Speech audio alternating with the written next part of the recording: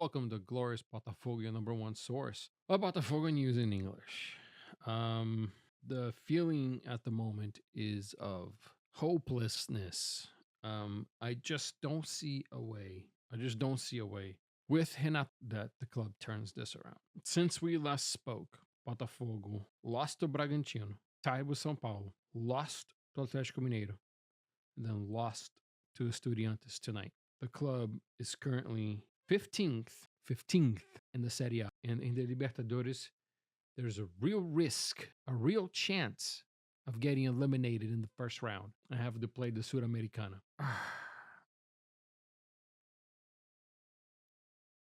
Earlier this week, John Texter posted that the club is with the coach. The club is focused on the matches ahead, and that the players need to do better. The players need to perform better. Yes, the players need to perform better. Obviously, the players need to perform better. If you look at the last match, John made a mistake. Tonight, John made the mistake that caused the loss. Tonight's goal that Estudiantes scored, it was one of the most bizarre goals I've seen Botafogo get scored on in all my 36 years of life. One of the most bizarre. John got backstabbed by the bounce of the ball. He thought the ball was coming one way, the way that the spin of the ball when it hit the ground, it spun the opposite way that he was going, and the ball went in. But come on, you can't tell me that you watch the matches and you say that we trust that this coach is going to do what we want to do. I don't understand. I don't get it. How? In what world does this happen?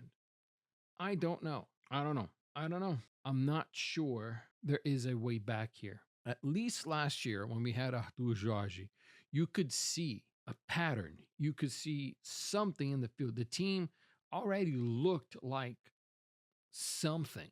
And you could see that it was going to take time for it to start working.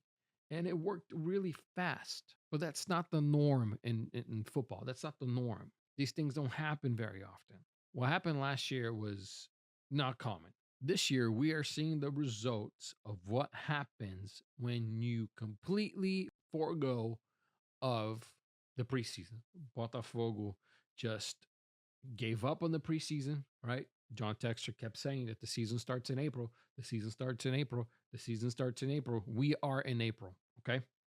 We are in April. Do you know how many wins we had in April? 2 wins in April, 4 losses, 1 tie. 2 wins, 4 losses, and 1 tie so far in the month of April. We have 2 more matches in April. Saturday at 7 p.m. against Fluminense. It's a derby. And then Wednesday at 5 p.m. against Capital, which is for the Copa do Brasil. I'm fully expecting a loss versus Fluminense Saturday. If Botafogo cannot win convincingly against Capital, I just don't see a lifeline for Renato Paiva. Under what grounds can you keep him? Do you trust the long term process of his work? What work? What is the work here? You don't see tactics. You don't see the players assimilating what the coach wants. And from watching from the TV, right? Because we're not there.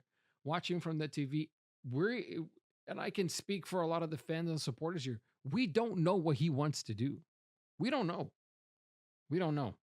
We don't know. With Artur Jorge, the first match that Botafogo played, we could see we were playing a 4-2-4. What are we doing with Paiva? I don't know. I don't know. Right? I'm not a professional coach. I coach competitive / select teams in my little town here that I live. Okay, my U12 team can comprehend what I'm asking them to do better than I see these players ask Renato Paiva do what Paiva is asking. Now, what's the percentage here of fault between the players and Renato? What do you really think is that percentage? When the players don't get it, when the players don't understand, and they are professionals. And then you look at the track record of the coach, and you look at the track record of the players, especially last year. And then let's not forget that we lost Luis Enrique, which is a gem, right? Luis Enrique is a one of a kind.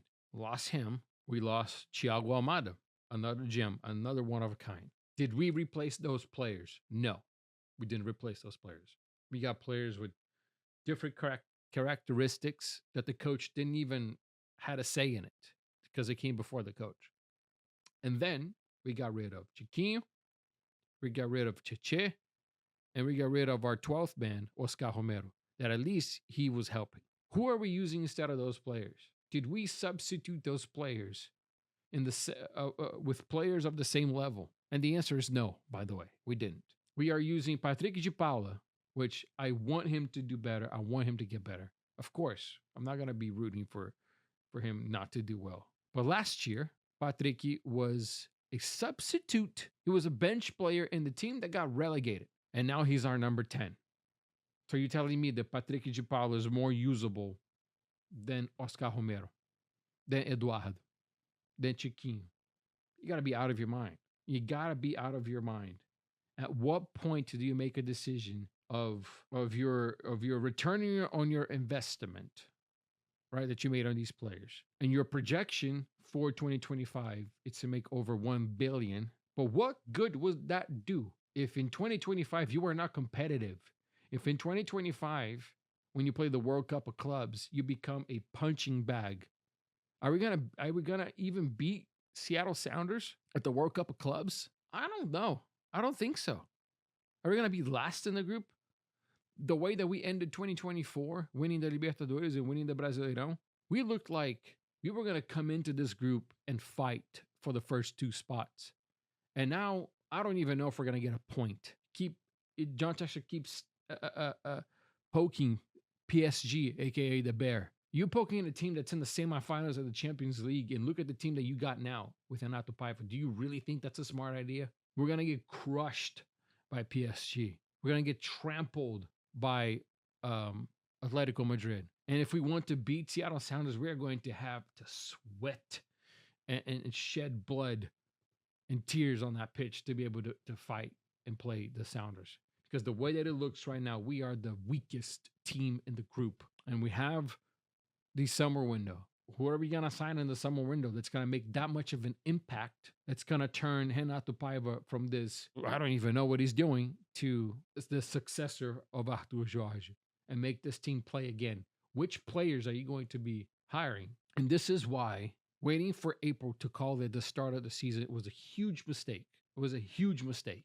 And I hope that we learn for next year, because it is clear to me that with Renato Paiva, the way that it is going right now, we are fighting relegation, coming from our most successful season to fighting for relegation. I don't know about you, but I'm not okay with that. If you got here so far, please like, please subscribe.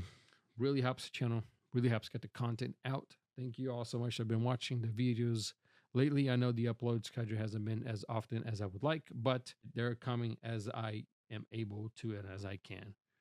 Stay tuned. Botafogo and Fluminense this Saturday. I'm not excited about it, and I hope for the best. And I'm not exactly sure what that is.